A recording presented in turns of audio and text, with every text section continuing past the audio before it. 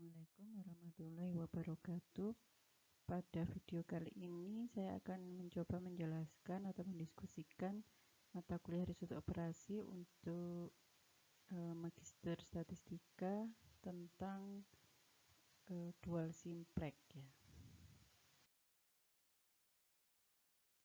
Manfaat dari metode dual simplex ini diantaranya untuk menentukan solusi optimal baru setelah ada tambahan kendala baru pada linear programming. Yang kedua, untuk menentukan solusi optimal baru setelah terjadi perubahan RHS pada linear programming. Dan yang ketiga adalah untuk mencari solusi masalah minimisasi untuk masalah minimisasi yang normal.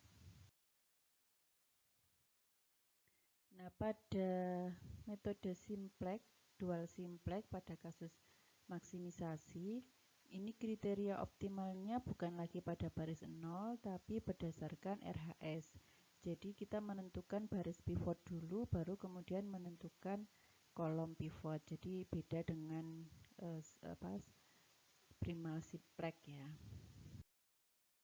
Langkah-langkahnya, yang pertama, kita lihat apakah RHS setiap kendala ini sudah lebih dari 0 semua. Apabila iya, maka solusi sudah diperoleh. Apabila tidak, maka kita lanjutkan ke langkah berikutnya, yaitu pilih basic variabel yang paling negatif,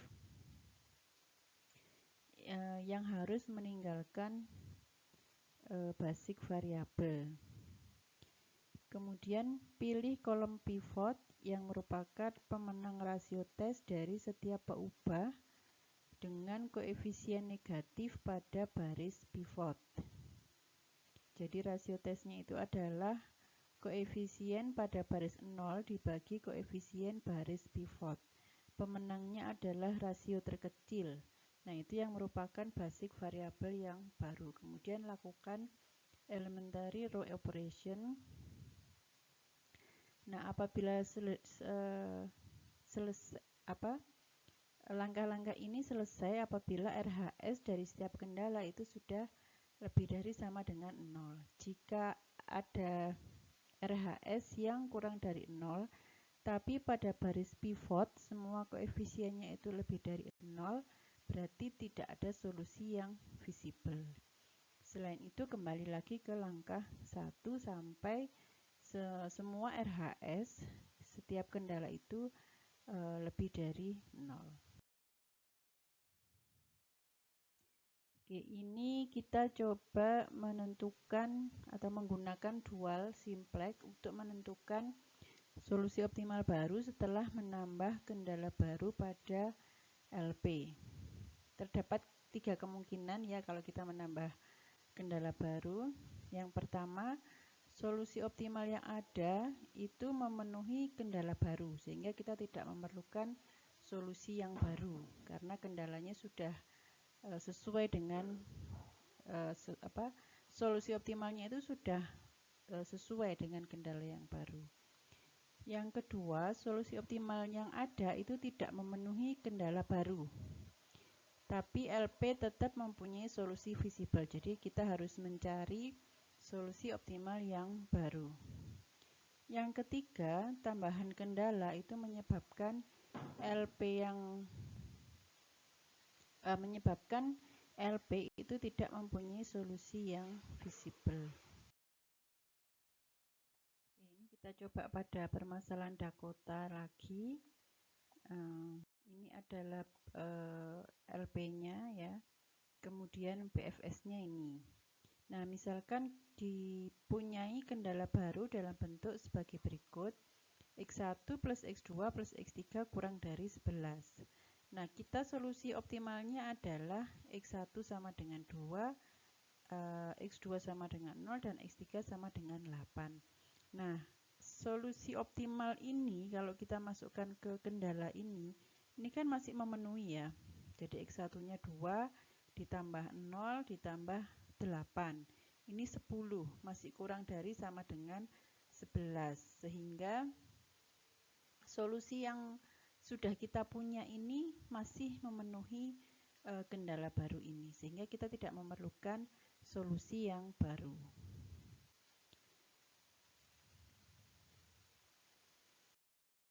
Kemudian contoh yang kedua, misalkan pihak pemasaran ini menentukan bahwa paling sedikit satu meja harus diproduksi, maka akan ada kendala baru yaitu X2 lebih dari sama dengan 1. Nah, dari solusi yang ada, itu X2-nya kan 0 dari BFS-nya tadi ya. Sehingga ini tidak memenuhi kendala yang baru. Jadi solusinya tidak memenuhi karena solusinya adalah 0, kendala yang baru ini harus lebih dari sama dengan 1. Sehingga solusi ini tidak lagi visible dan tidak optimal. Nah, untuk itu digunakan metode dual simplex berdasarkan tabel paling akhir ditambah kendala baru. Nah, kendala barunya dalam bentuk standar adalah X2 minus E4 sama dengan 1. Nah, ini adalah baris optimal. Baris optimal sebelum ada penambahan. Kemudian ditambah dengan kan ada 3 baris ya kendalanya sebelumnya. Nah, ini ditambah dengan kendala yang keempat, ini kita tambah dengan baris keempat. Ya, jadi ini X2 minus 4 minus E4 sama dengan 1.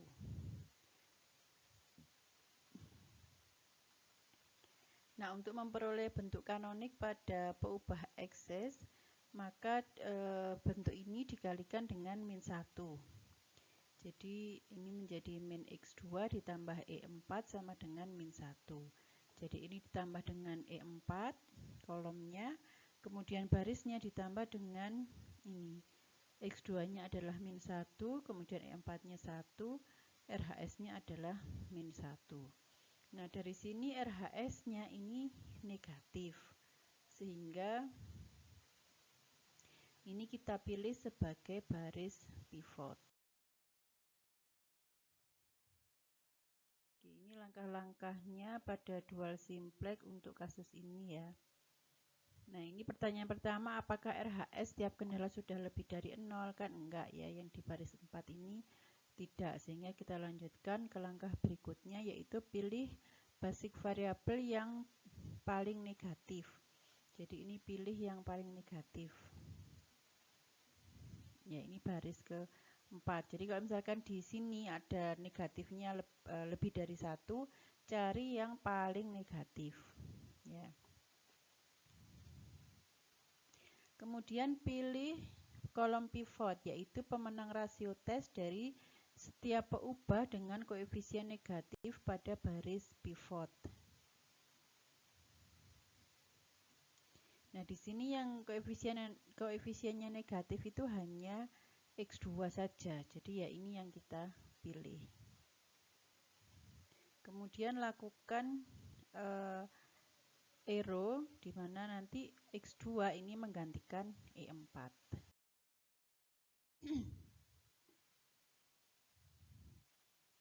Oke, kita lakukan arrow. Jadi ini diupayakan supaya menjadi 1. Ya tinggal dibagi min 1. Ya, ini dibagi min 1 semua. Kemudian baris 3. Baris 0 ya. Baris 0 ini diperoleh dari baris 0 kedua dikurangi 5 kali baris 4 yang ketiga. Jadi pokoknya nanti yang baris 0, baris 1, baris 2 itu dibuat sehingga nanti nilai ini menjadi 0.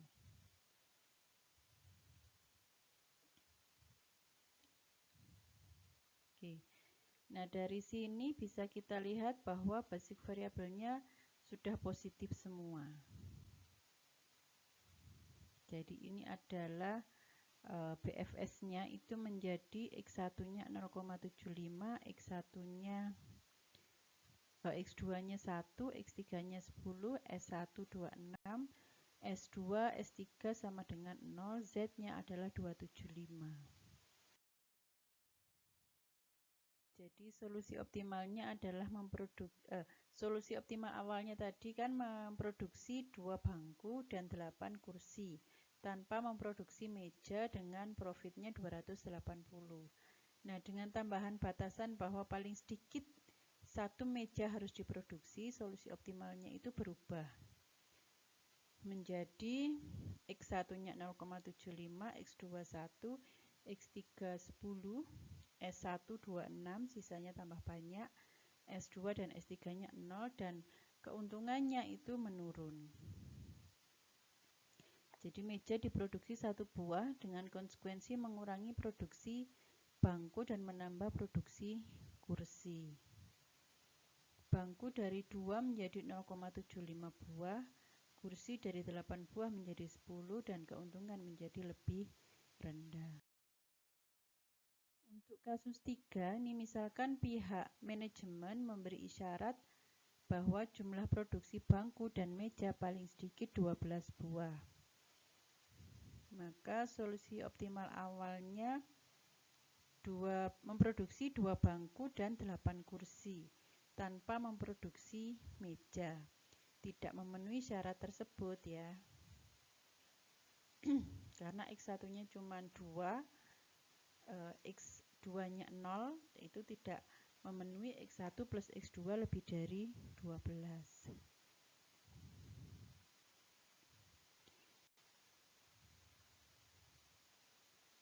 Nah, solusi optimal awal ini tidak memenuhi syarat sehingga harus dilakukan tambahan iterasi dengan metode simplex. Oke, caranya sama seperti tadi. Jadi X1 plus X2 dikurangi E4 sama dengan 12, bentuk standarnya dulu dari kendala yang baru. Kemudian supaya ada bentuk kanoniknya dikalikan minus 1. Kemudian kita tambah baris 4 ini untuk kendala ini ya.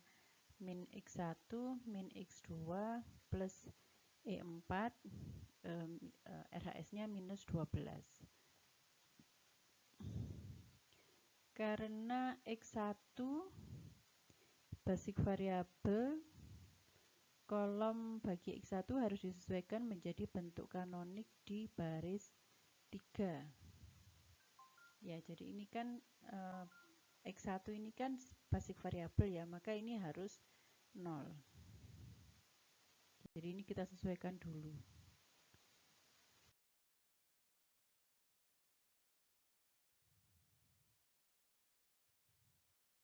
Jadi baris 3-nya ini 1, kemudian baris 4-nya ini harus 0. Kemudian,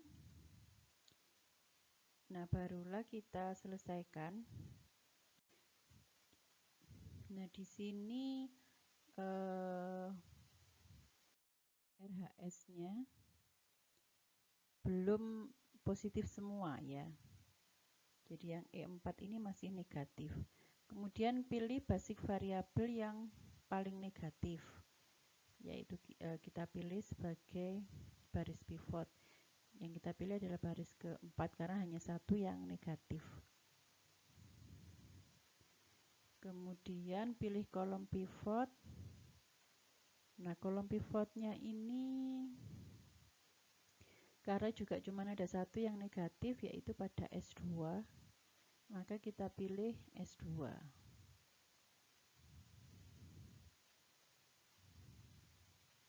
Nah, ini S2 menggantikan E4. Dilakukan arrow sehingga diperoleh tabel 3 ini. Ya, diperoleh tabel 3. Nah, kemudian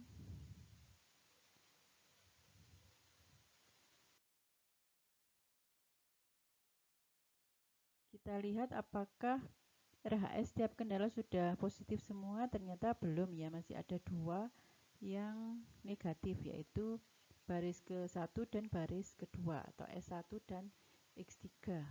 Nah, ini kita pilih baris yang kedua yang merupakan basic variabel yang paling negatif.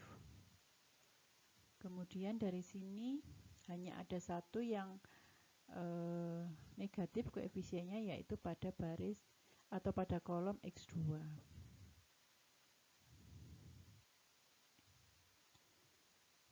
Oke, jadi nanti X2 akan menggantikan X3. Dilakukan ero, diperoleh tabel 4. Jadi yang ini sudah bernilai 1, yang lainnya 0. Kemudian cek lagi apakah semua basic variabel ini, apakah RHS ini sudah positif semua. Ternyata belum, masih ada yang negatif, yaitu baris ke-3. Oke, kemudian pilih kolom pivot, yaitu pemenang rasio tes dari setiap peubah dengan koefisien negatif pada baris pivot. Nah, di sini masalahnya sudah tidak ada koefisien yang negatif pada baris 3. Sehingga ini indikator bahwa tidak ada solusi visible bagi LP setelah tambahan kendalanya, setelah ada tambahan kendala baru. Nah, nilai Z yang negatif ini juga, ini kan tandanya negatif ya. Ini juga merupakan indikator tidak visible. Jadi kendala adanya tambahan kendala baru ini menyebabkan tidak ada solusi bagi LP tersebut.